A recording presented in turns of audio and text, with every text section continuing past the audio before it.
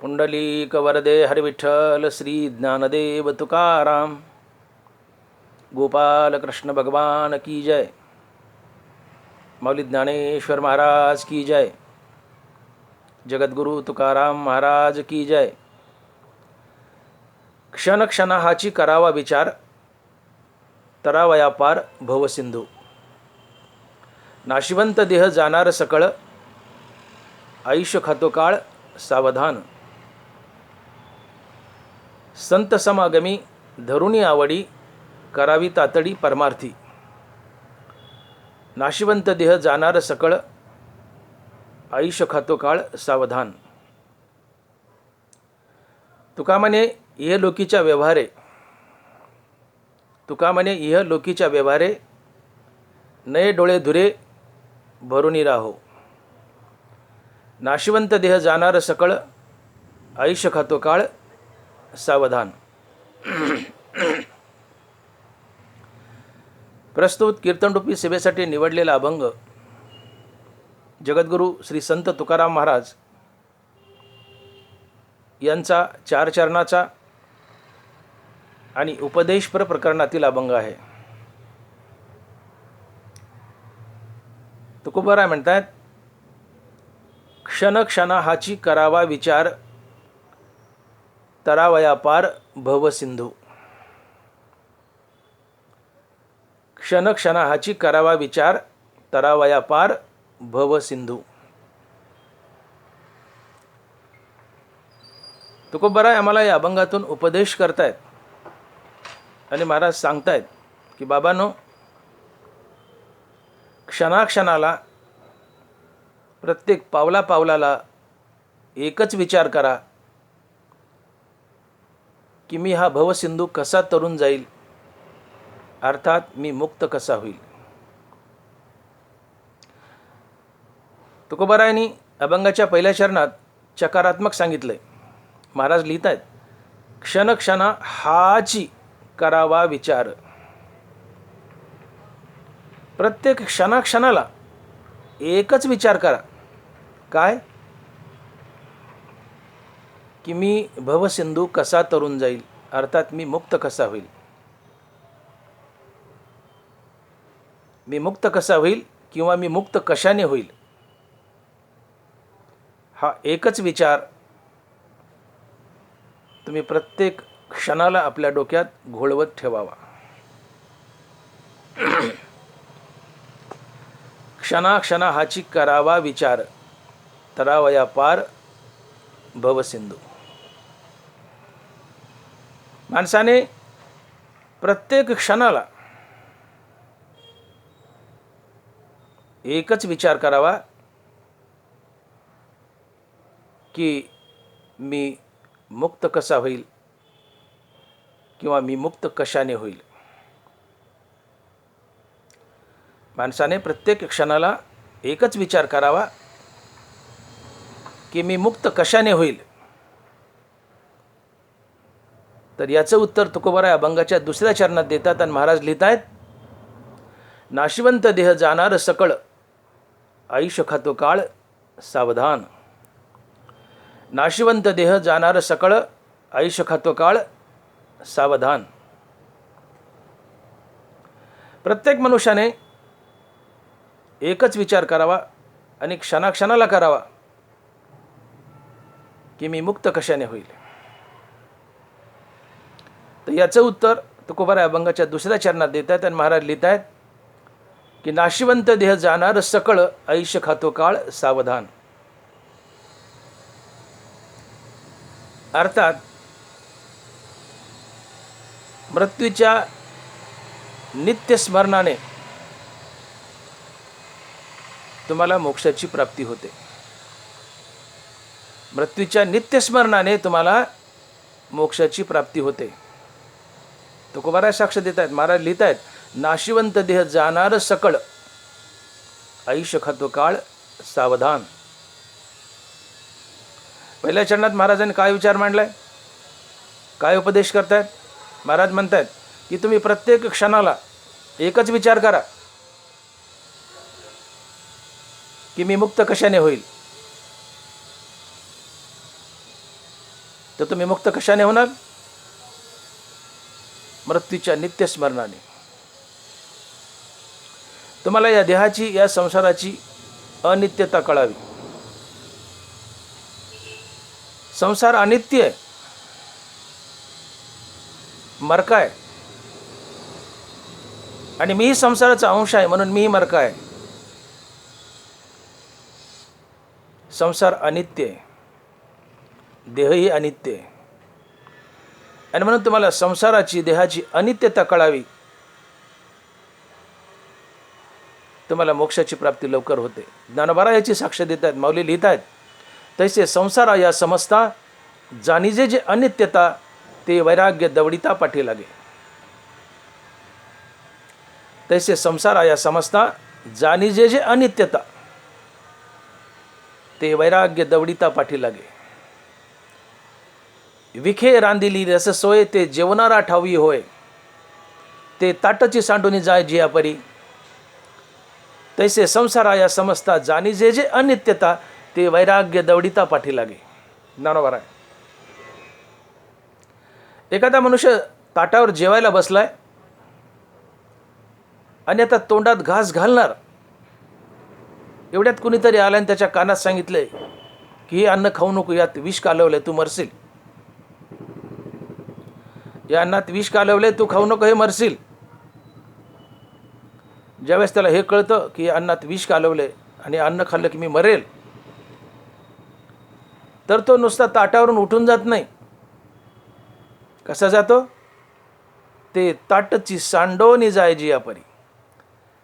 ते ताटची सांडोनी जाय जिया परी. ते ताट उलथं पालथं करून निघून जातो.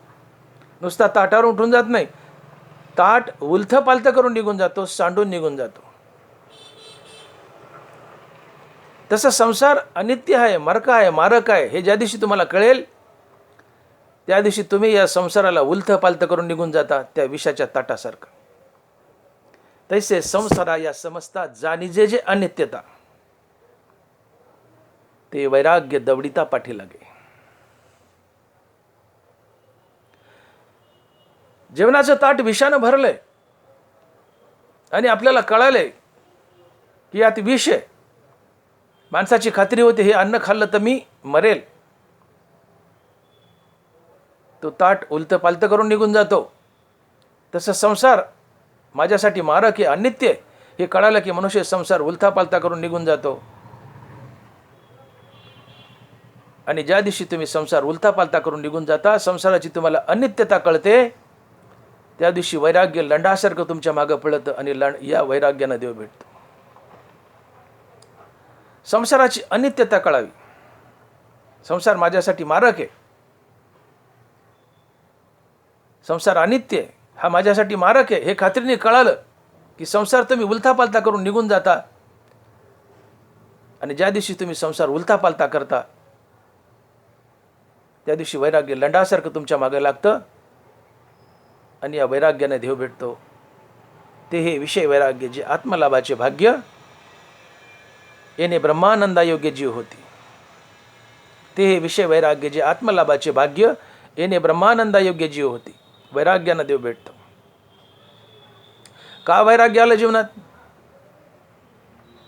वैराग्य जीवनात का आलं? संसाराची मारकता कळाली.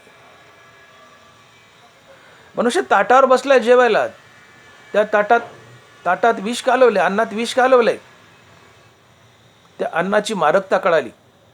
परिणाम काय? ताट उलथं पालथं करून निघून गेला. संसाराची मारकता कळाली. तुम्ही संसार उलथा पालथा करून निघून जाता आणि ज्या दिवशी संसार उलथा पालथा करून निघून जाता त्या दिवशी वैराग्य लंडासारखं तुमच्या मागे लागतं. या वैराग्याला काठीने हल्लं तरी ते जात नाही, ते लंडासारखं तुमच्या मागे लागतं आणि वैराग्यानं देव भेटतो. आणि वैराग्याशिवाय देवाची प्राप्ती नाही, आत्मज्ञानाची प्राप्ती नाही. मोक्ष देईल ज्ञान येत किर नाही आन, परी ते थारे ऐसे मन शुद्ध व्हावे. ज्ञानोबा आहे. विरक्ती वाचून काही या ज्ञानाशी तगनेची नाही, हे विचारून ठाई ठेविले देवे. आत्मज्ञान तुम्हाला मोक्ष देईल, पण ते आत्मज्ञान फक्त शुद्ध मनात स्थिरावतं. आणि शुद्ध मन म्हणजे विरक्त मन. ज्या मनाला विकार, आसक्ती, अहंकार सोडून गेलेत ते शुद्ध मन आहे, ते विरक्त मन आहे. अशा शुद्ध आणि विरक्त मनातच आत्मज्ञान स्थिरावतं. आणि ज्याला आत्मज्ञान झालंय तोच मुक्त होऊ शकतो, भवसिंधू तरू शकतो, इतर दुसरं कुणी नाही. आणि म्हणून तुम्हाला संसाराची, देहाची नश्वरता कळावी. तुम्ही या संसारातून सहज मुक्त होता, सहज मुक्त होता. आणि म्हणून महाराज अभंगाच्या पहिल्या चरणात म्हणतात की क्षणाक्षण हाची करावा विचार, तरावया पार भवसिंधू. तुम्ही प्रत्येक क्षणाला एकच विचार करा की मी हा भवसिंधू कसा पार करून जाईल, अर्थात मी मुक्त कसा होईल, मी मुक्त कसा होईल किंवा मी मुक्त कशाने होईल. तर तुम्ही मुक्त एकाच साधनाने व्हाल, ज्या दिवशी तुम्हाला संसाराची नश्वरता कळेल, संसाराची अनित्यता कळेल, संसाराची मारकता कळेल की संसार माझ्यासाठी मारक आहे, संसार मरका आहे, मी संसाराचा अंश आहे म्हणून मी मरका आहे, संसार हे मरका आहे, संसार अनित्य आहे म्हणून मी अनित्य आहे. ही संसाराची आणि आपल्या देहाची अनित्यता कळाली की वैराग्याला हकलून दिलं तरी लंडासारखं बळच मागं लागतं आणि या वैराग्याने देव भेटतो. ते हे विषय वैराग्य जे आत्मलाभाचे भाग्य याने ब्रह्मानंदा योग्य जीव होते. तुम्हाला संसाराची अनित्यता कळावी. आणि संसाराची अनित्यता हीच तुकोबाराय सांगतात की नाशिवंत देह जाणार सकळ, आयुष्य खातो काळ सावधान. तुम्हाला कळावं की संसार अनित्य, ज्ञानोबाराय म्हणतात संसार अनित्य मारक आहे. तुकोबाराय म्हणतात नाशिवंत देह जाणार सकळ, संसार अनित्य मरकाय. ज्ञानोबाराय म्हणतात, तुकोबाराय म्हणतात देह नाशिवंत आहे. तिकडं ज्ञानोबारायने अनित्य म्हटले, तुकोबारायने इकडे नाशिवंत म्हटले, अर्थ एकच आहे. तुम्हाला कळावं की देह नाशिवंत आहे आणि हा संपूर्णतः जाणार आहे. नाशिवंत देह जाणार सकळ, आयुष्य खातो काळ सावधान. माझा देह नाशिवंत आहे, हा कधी ना कधी मरणार आहे, जाणार आहे. अर्थात माझा देह आणि हा संसार अनित्य आहे हे तुम्हाला खात्रीने कळावं. ज्या दिवशी खात्रीने कळेल की देह नाशिवंत आहे, मरका आहे आणि देह संसाराचा अंश आहे, आता संसाराच मरका आहे, अनित्य आहे, त्या दिवशी वैराग्याला काठीने हाकलं तरी बळच मागं लागतं लंडासारखा आणि या वैराग्यानं देव भेटतो. आणि म्हणून तैसे संसारा या समजता जाणी जे जे अनित्यता ते वैराग्य दवडिता पाठी लागे आणि वैराग्यानं देव भेटतो. म्हणून तुम्हाला संसाराची अनित्यता कळावी, देहाची नश्वरता कळावी, देहाची नाशिवंतता कळावी. हा देह नासका आहे, नाशिवंत आहे, मरणार आहे असा बुद्धीवर ठसा पडावा. एका क्षणात वैराग्य जीवनात येतं आणि या वैराग्यानं देव भेटतो. तुम्ही हा भवसिंधू सहज पार करता, अर्थात मुक्त होता. आणि हा सद्विचार असतो, हा सारासार विचार असतो. आणि म्हणून क्षणाक्षणा हाची करावा विचार, तरावया पार भवसिंधू. नाशिवंत देह जाणार सकळ, आयुष्य खातो काळ सावधान.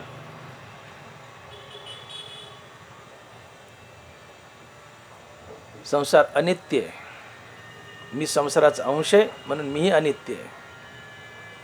संसार मरका आहे, मी संसाराचा अंश म्हणून मी मरका आहे. अर्थात संसार अनित्य आहे. अर्थात देह मरका आहे, देह नाशिवंत आहे. संसार देह एकच आहे, देह मरका आहे, देह नाशिवंत आहे हे खात्रीनं कळावं. आणि ज्या दिवशी खात्रीनं कळल त्या दिवशी तुम्ही जिंकलं. देहाची संसाराची नश्वरता कळाली की तुम्ही या देहाबद्दल, संसाराबद्दल उदास होता, संसार उलथापालथा करता. आणि मग त्या दिवशी वैराग्य लंडासारखं तुमच्या मागे लागते आणि या वैराग्यानं देव भेटतो. म्हणून तुम्हाला देहाची नश्वरता कळावी. संसार सहज जिंकला जातो, आम्हाला देहाची नश्वरताच कळत नाही. आमची मृत्यूवर कधी नजरच पडत नाही. आम्ही या भूषणात जगतो की आम्ही कधी मरणारच नाहीत. जिनियाचे नि विश्वासे मृत्यू एक येत असे, हे जयाचे नि मानसे मानिजे ना. ज्ञानोबा आहे. आमच्या जगण्यावर एवढा विश्वास आहे की तर मरण नावाची काही गोष्ट आहे हे आम्ही विसरूनच गेलो. जिनियाचे नि विश्वासे येत मृत्यू एक असे, हे जयाचे नि मानसे मानिजे ना. आमचं मन मारायलाच तयार नाही की तर मृत्यू नावाची गोष्ट आहे. आम्ही मृत्यूला विसरतो. मृत्यूला विसरू नका. जीवनात सगळ्यात महान गोष्ट काय तर मृत्यूचं नित्यस्मरण. मृत्यूच्या नित्यस्मरणानं काय काय फायदे होतात? मृत्यूच्या नित्यस्मरणाने वैराग्य तुमच्या जीवनात येतं. पहिली गोष्ट, मृत्यूच्या नित्यस्मरणाने तुमची दुष्कृत्य गळून पडतात, तुमच्या हातून पाप घडत नाही. आणि मृत्यूच्या नित्यस्मरणाने तुमच्या मुखात भगवंताचं नाम नित्य स्थिरावतं.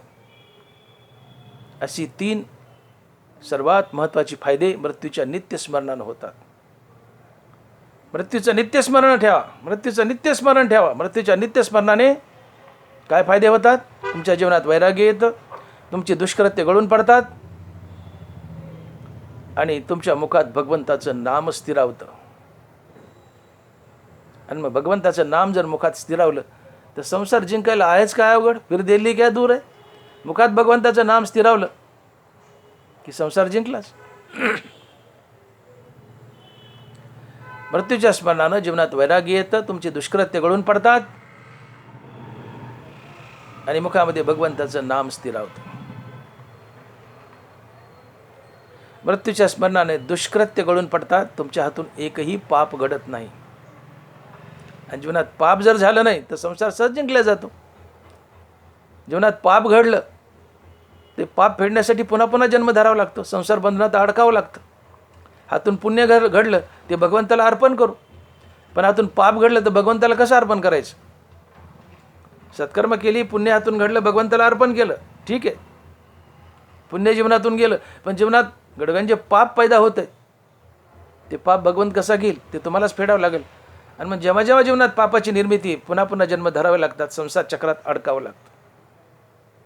पण मृत्यूचं नित्यस्मरण असेल तर माणसाची दुष्कृत्य गळून पडतात आणि माणसाची पाप प्रवृत्ती नाहीशी होते, अर्थात माणसाच्या हातून पाप घडत नाही.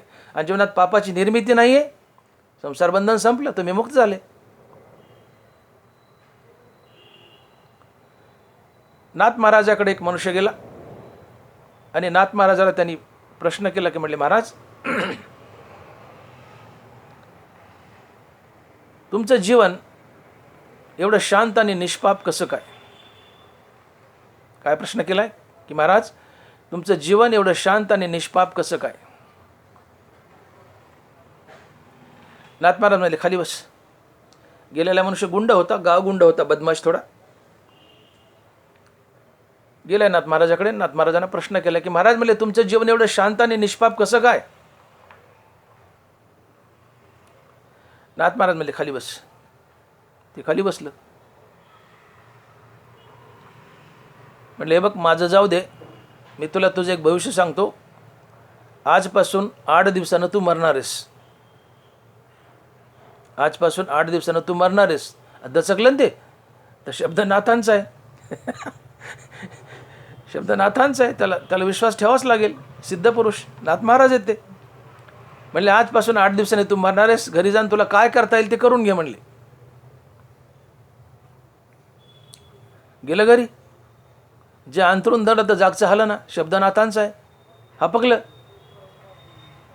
जे पलंग धरला जागेवर पडलं तर जागचं हला ना. डोळे पुढे एकच दिसायला लागलं, मरण मरण मरण. मी 8 दिवसांनी मरणार, मी 8 दिवसांनी मरणार. 1 दिवस लोटला, 8 दिवसातले 7 राहिले, 2 लोटले, 8 मधले 6 राहिले. वरचीवर घाबरू लागला. जसे जसे दिवस कटायला लागले तसं तसं गादीला खेळून राहिला, गादीच सोडीना. अन्न पाणी वर्ष केलं. बायका मुलाच्या आग्रहास्तव बळबळ अन्नाचा एखादा घास, पाण्याचा एखादा घोट घशाखाली उतरायचा. अन्न पाणी वर्ष केलं. बायका बरं म्हणले, झाले तरी काय? म्हणले नाथ महाराजांनी असंच सांगितलंय, 8 दिवसांनी मी मरणार आहे. ते बी हापकले.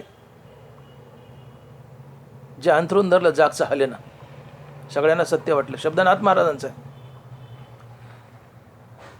7 दिवस लोटले. 7व्या दिवशी तो नाथ महाराजाकडे गेला आणि म्हणाला, महाराज उद्या 8वा दिवस आहे, मी मरणार आहे उद्या, आज 7वा दिवस आहे,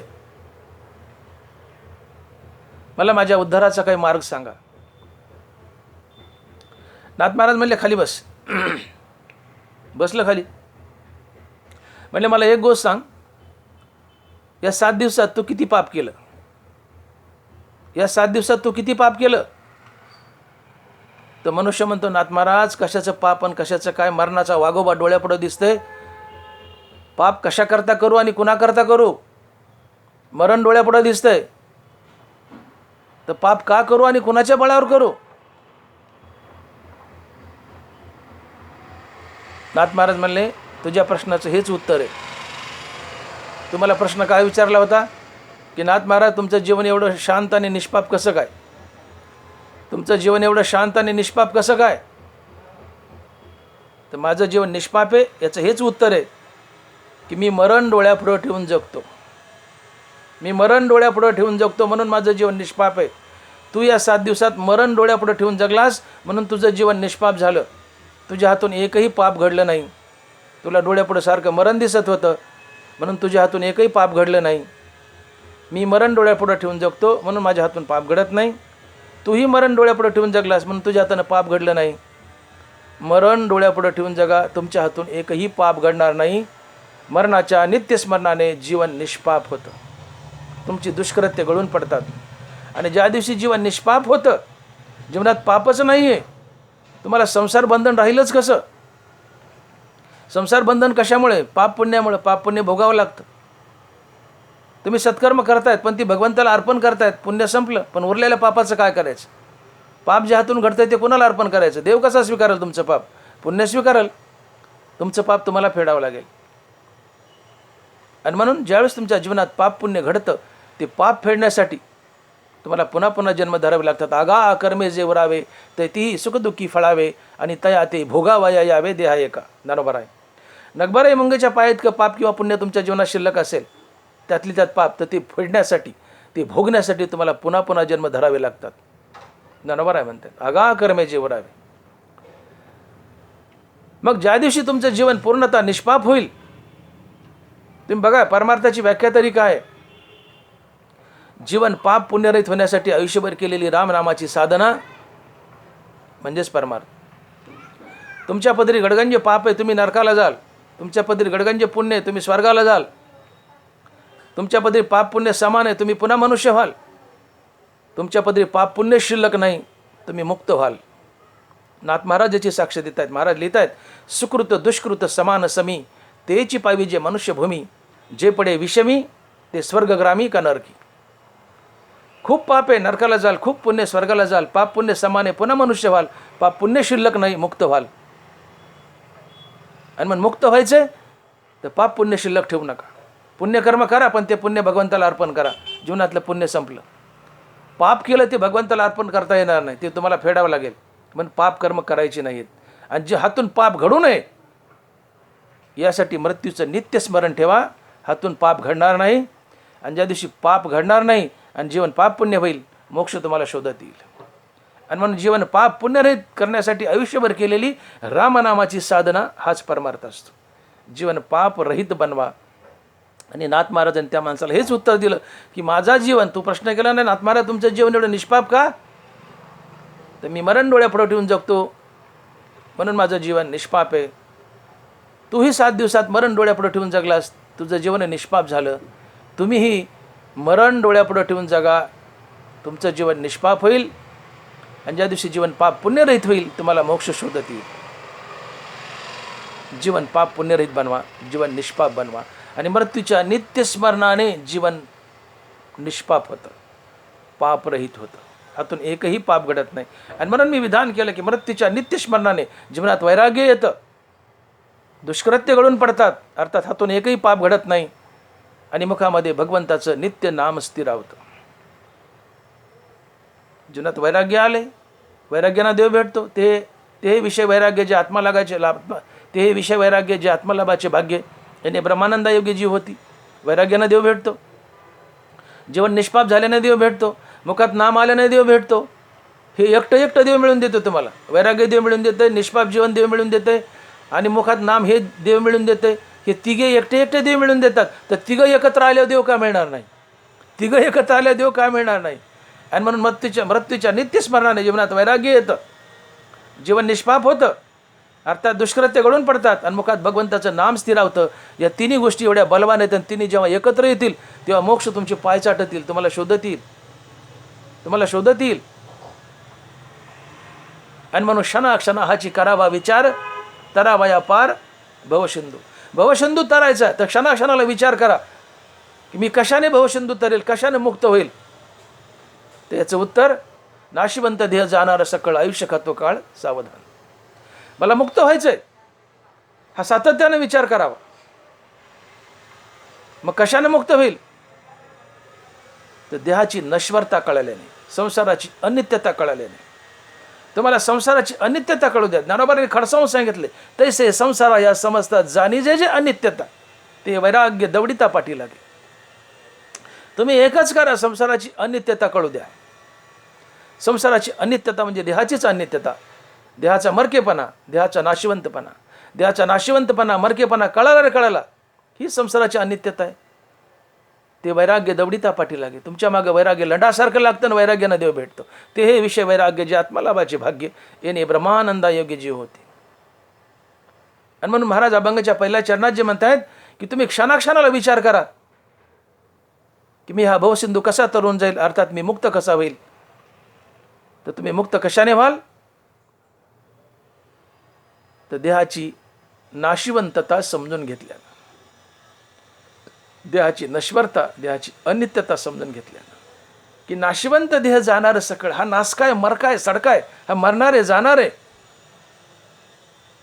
हे तुम्हाला कळू द्या. देह नाशिवंत आहे, मृत्यूचं नित्यस्मरण झालं, हे कळालं की तुम्ही देहाबद्दल उदास होता. देहात जीवनामध्ये विरक्ती येते आणि या विरक्तीनं देव भेटतो. मुखामध्ये नाम स्थिरावतं, या नामानं देव भेटतो. दुष्कृत्य आणि पाप गळून पडतं, जीवन निष्पाप झाल्यानं देव भेटतो. फक्त देहाची नाशिवंतता कळू द्या. आणि म्हणून महाराज म्हणतात की नाशिवंत देह जाणार सकळ आयुष्य खातो काळ सावधान. सावधान केले महाराजांनी, आयुष्य खातो काळ सावधान. मला सांगा, जगातील सर्वात मोठं आश्चर्य काय? आम्ही शिकलेले आहेत, मोठ्या मोठ्या डिग्र्या आहेत, मोठी मोठी पदं आहेत आमच्याकडं. तुम्हाला जीवनाचं आश्चर्य कळाले का काय? जगातील सर्वात मोठं आश्चर्य काय? पांडव वनवासात असताना त्या यक्षाने एक प्रश्न विचारलाय. पांडव बारी बारीने पाणी प्यायला जातात त्या तळ्यावर. तर तो यक्ष पांडवांना प्रश्न विचारतो आणि तो म्हणतो माझ्या प्रश्नाची उत्तरं द्या. बरोबर उत्तर दिली तर पाणी प्या, अन्यथा उत्तर न देता पाणी पिलं तर तुम्ही मूर्छित व्हाल किंवा मराल बी. भीम आणि अर्जुन मूर्छित झालेत, पाणी प्यायला गेले ते. नंतर नकुल सहदेव गेले, ते मूर्छित झाले. नंतर शेवटी द्रौपदी आणि युधिष्ठिर गेलेत. आणि मग युधिष्ठिराला प्रश्न विचारतो हा यक्ष, झाडावर बसलाय तळ्याच्या काठावर. हा नकुल, आपला हा युधिष्ठिर आणि द्रौपदी उभे आहेत. हा यक्ष प्रश्न करतो, युधिष्ठिरा माझ्या प्रश्नाचं उत्तर दे, आणि उत्तर न देता पाणी पिलं तर तुझी गती बाकीच्या चौघासारखी होईल, तू बेहोश होऊन पडशील किंवा मरशील. त्यांनी प्रश्न केलाय, अनेक प्रश्न केलेत, त्याचे सगळी बरोबर उत्तर दिलेत युधिष्ठिराने. त्यात एक प्रश्न महत्त्वाचा आहे. यक्ष म्हणतो जगातील सर्वात मोठं आश्चर्य काय? अतिशय अचूक उत्तर दिलं युधिष्ठिराने. यक्ष म्हणतो जगातील सर्वात मोठं आश्चर्य काय? युधिष्ठिर म्हणतो एक मनुष्य मरतो, एका जिवंत माणसापुढे एक मनुष्य मरतो, त्याला स्मशानात नेऊन जाळतात. हे माणसं डोळ्यांनी पाहतात आणि घरी आलं की विसरतात की एक दिवस मीही मरणार आहे. माणसाला आपल्या मरणाचा पडणारा विसर हे जगातील सर्वात मोठं आश्चर्य आहे. आणि याला तुकोबाराय म्हणतात एक पाहत असे एकाची दहने, साबद त्यागुने कार्य न व्हा.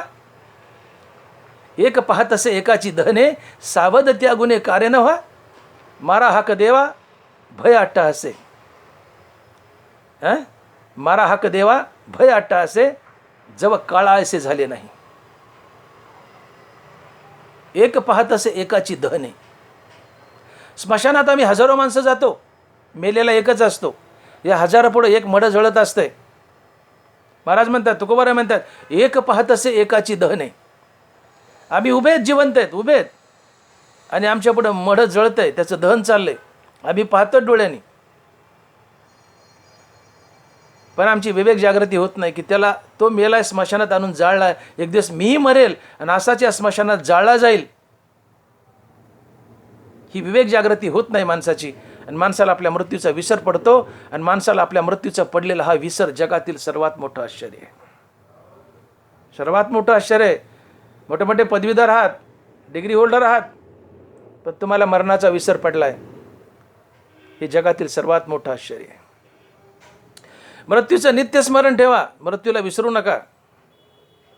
मृत्यू पूजनीय आहे, मृत्यू वाईट नाही आहे. मृत्यू पूजनीय आहे. तो तुमचं हित करतो, तो तुम्हाला ओढून नेतो, मारतो म्हणून तो वाईट वाटतो, मान्य आहे. पण विवेक दृष्टीने विचार केला तर मृत्यू पूजनीय आहे, त्याचा उपकार आहे आमच्यावर.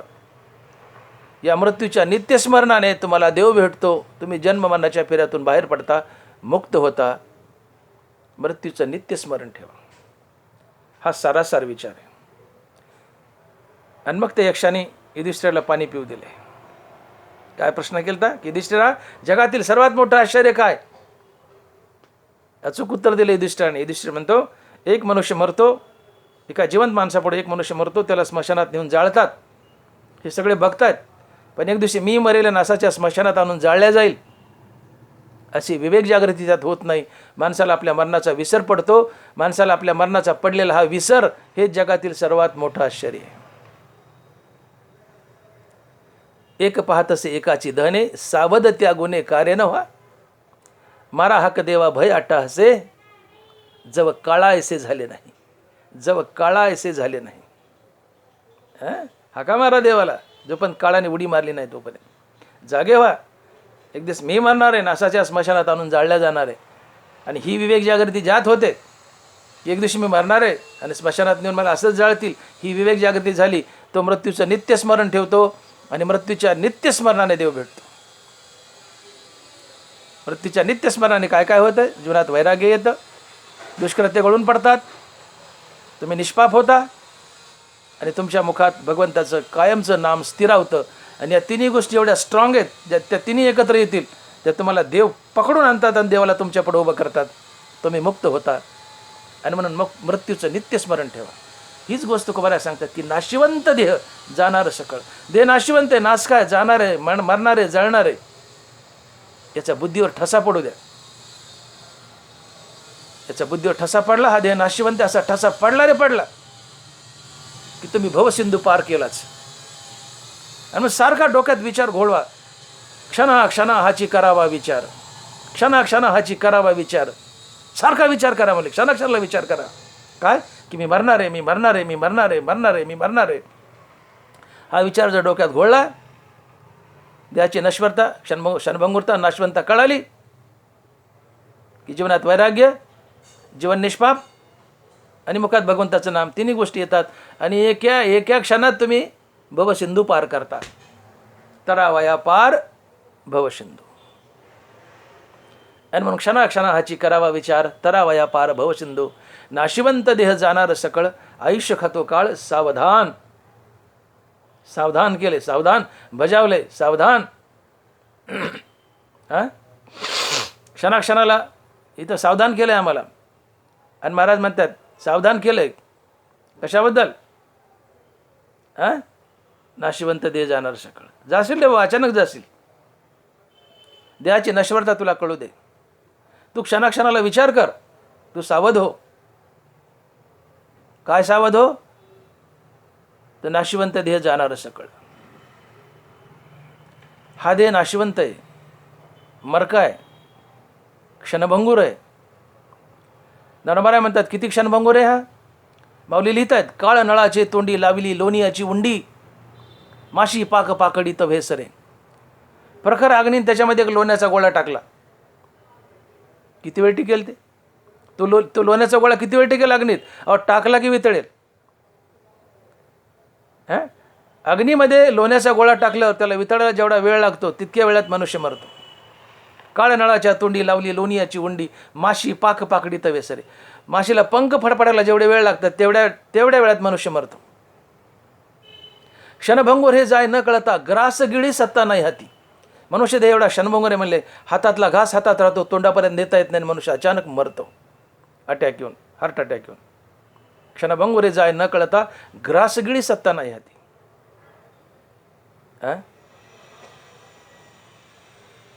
विपा हे आगी पडे तरी भस्म होऊन निवडे, का झाले श्वाना वर पडे तरी ते विष्टा. या चुके दोन्ही काजा तरी होय क्रमीचा पुंजा, परिणामी हा कपिध्वजा कश्मळोगा. हा देह मेला आणि याला जर कोणी अग्नी दिली नाही तर याच्यात आळ्याची बुचकी होतात,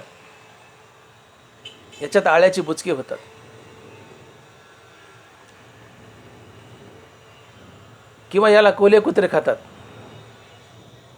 किंवा अग्नी दिला तर जळून खाक होतो. या देहाची दशा कशी बघा. विपा हे आगी पडे तरी भस्म होऊन निवडे, याला कोणी अग्नी दिला तर याची राख होते.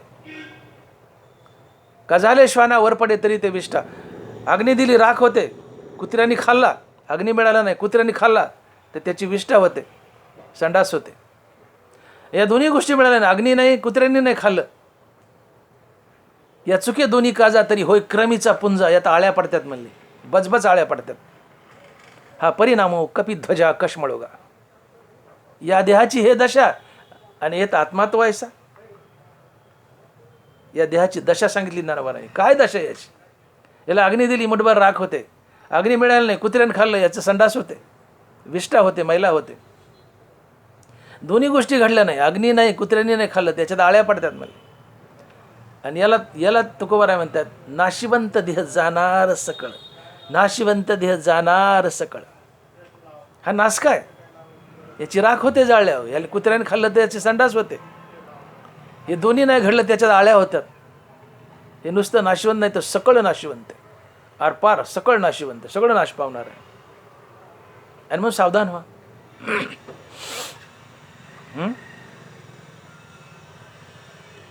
दनवारे लिहितात की ये मृत्यूलोकीचे उपराटे. माऊली लिहितात की येतीच्या अनित्यतेची थोरी, करतया ब्रह्मयाच्या आयुष्यवरी, कैसे नाही होणे अवधारी निपटून या. म्हणले या मृत्यूलोकातलं अनित्यता किती किती थोरी येतीच्या अनित्यतेची थोरी, करतया ब्रह्मयाच्या आयुष्यवरी, कैसे नाही होणे अवधारी निपटून या. इथली प्रत्येक गोष्ट कशी कायमची खलास होणारी असते, नाहीशी होणारी असते बघा म्हणले. ती सांगत बसलं तर ब्रह्मदेवाचं आयुष्य कमी पडेल. अर्थात मृत्यूलोकातील प्रत्येक वस्तू खरडून नाहीशी होणारी आहे. इतीच्या अनित्यतेची थोरी, करतिया ब्रह्मयाच्या आयुष्यावरी. ब्रह्मदेवाचं आयुष्य कमी पडेल म्हणले. मृत्यूलोकातली अनित्यता सांगायची. अर्थात मृत्यूलोकात सपाटून सगळं नाहीसं होणार आहे, त्यात मनुष्य देह येतो. आणि म्हणून हा नाश काय, नाशिवंत आहे. याचं स्मरण ठेवा. हा तो पाचाचा मेळावा शेकी अनुसरेल पंचत्वा, ते वेळी केला के गिवसावा शिनू आपला. भोग घ्यायची मजा वाटते, पण भोगानी भोगी दोन्ही नाशिवंत आहे. मेलं की पंचमहाभूताचं पंचमहाभूतात विलीन होतं. मग याला पोसवायला जे कष्ट पडले त्याचा मोबदला मागायचा कोणाला. हा तो पाचाचा मेळावा शेकी अनुसरेल पंचत्वा, त्यावेळी केला के गिवसावा शिनू आपला. जे लोकीचा चंद्रू क्षयरोगी, हे तर उदयची होय असता लागी. दुःख लेवून सुखाची अंगी सळीत जगात. इथं सूर्य उगवत होते मावळण्यासाठी, इथं मनुष्य जन्मत होते मरण्यासाठी. आणि म्हणून घोडोघोडी काळ याची वाट पाहे, अजून किती आहे अवकाश. आणि म्हणून महाराज म्हणतात सावधान, घोडोघोडी काळ याची वाट पाहे, अजून किती आहे अवकाश. नाथ महाराज तिकडे तुकोबाराय म्हणतात आयुष्य खातो काळ, सावधान केलंय आम्हाला की देह नाशिवंत आहे, मरकाय, अचानक काळाचा घाला पडेल. तोपर्यंत देवाला हाक मारा हाक देवा भय आटा असे, जेव्हा काळा ऐसे झाले नाही. तुकोबाराय मरणाची तो गाठोडी पदरी, जिने तोची वरी, जवरी माप बरी.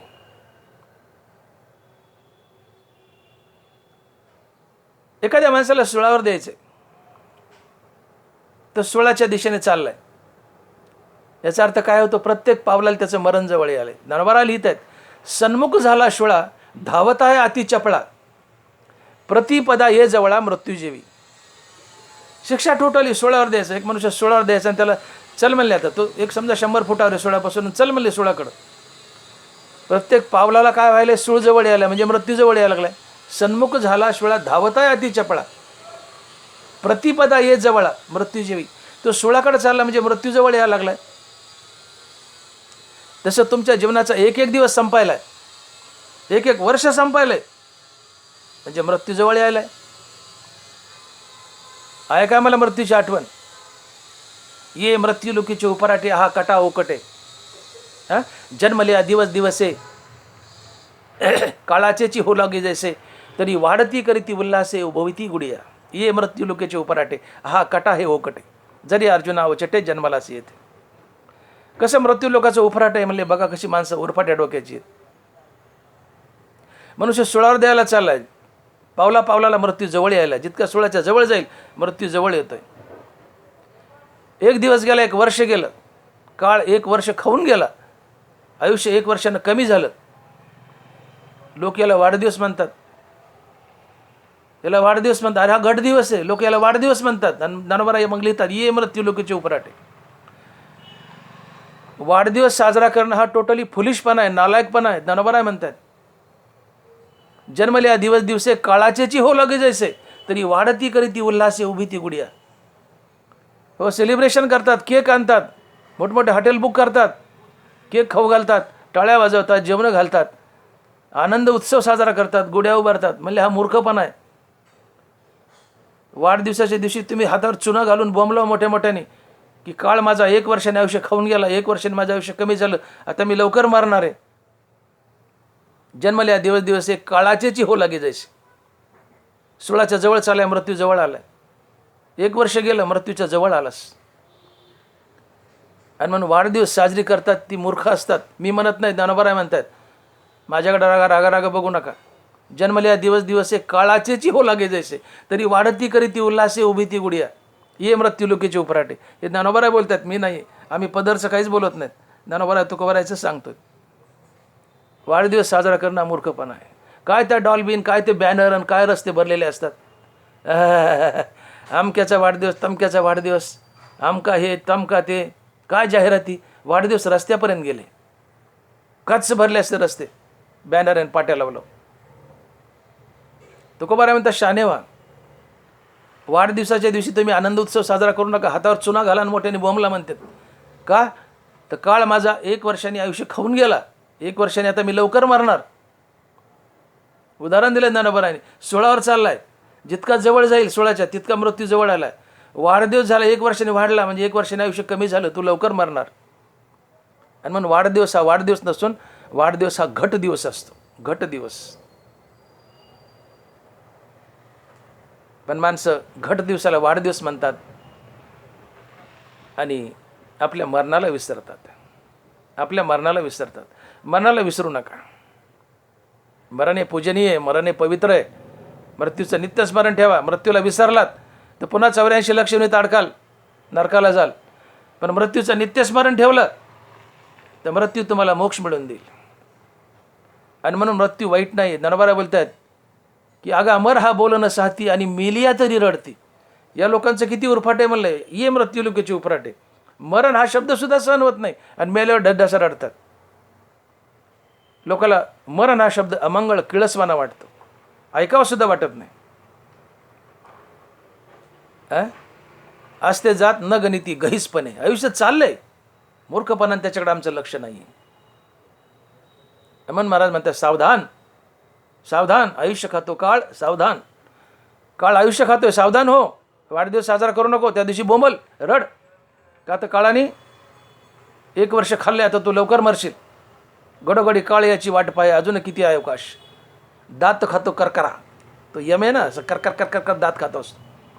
थांब म्हणले बेटा, अजून किती राहिले, किती राहिले, किती राहिले. लय मोठा साहेब आहे, लय मोठा पुटारी, लय मोठा आमका, लय मोठा ढमका, लय मोठा डिग्रीवाला आहेस, लय मोठा पैशावाला आहे. म्हणले थांब थांब थांब, कर कर कर कर दात खातो. तू किती मोठा आहेस म्हणले, अजून किती आहे अवकाश. तुमची वाट कोणी घरचे बायकाबरोबर पाहू की न पाहू. तुम्ही कुठं गावाला गेले, कुठं गेले, बायकाबरोबर वाट पाहत असतील किंवा नसतील बी पाहत. तुमची कोणी वाट पाहू की न पाहू, पण एक माणूस नक्की वाट पाहतो, तो असतो काळ. थांब म्हणतो, मी तुझी वाट पाहतो, थांब. अजून किती आहे अवकाश. घडोघडी काळ याची वाट पाहे. घरी बायको वाट पाहते का नाही माहीत नाही, पण काळ मात्र जरूर तुमची वाट पाहतो. घडोघडी काळ याची वाट पाहे, अजून किती आहे अवकाश. किती बाकी आहे म्हणले, तुला न्यायचं आहे ओढून. आणि मग जागे होणार बाबा, सावध हो ना. काळ जर वाट पाहतोय, दप्तर काढतोय, केव्हा मरतोय, केव्हा घडी येते, केव्हा घडी येते, मला याला वाढायचंय, अशी जर परिस्थितीत जागे व्हा ना. मृत्यूचं नित्यस्मरण ठेवा. देहाची नश्वरता समजून घ्या. देहाची नश्वरता समजली की जीवनात वैराग्य येतं, दुष्कृत्य गळून पडतात, जीवन निष्पाप होतं, मुखात हरिनाम स्थिर होतं. आणि या तिन्ही गोष्टी अतिशय बलवान आहेत. त्या तिन्ही गोष्टी तुम्हाला सहज देव मिळून देतात. तुम्ही भवसिंधू सहज पार पडता. आणि म्हणून क्षणाक्षणा हाची असावा विचार, क्षणाक्षणा हाची करावा विचार, तरावा पार भवसिंधू. नाशिवंत देह जाणार सकळ, आयुष्य खातो काळ सावधान. सावधान, शेवटी सावधान म्हटले. आयुष्य खातो काळ सावधान. तात्पर्य जीवनात सारासार विचार असू द्या. सार काय, असार काय, फल कटतो संसार, येत सार भगवंत.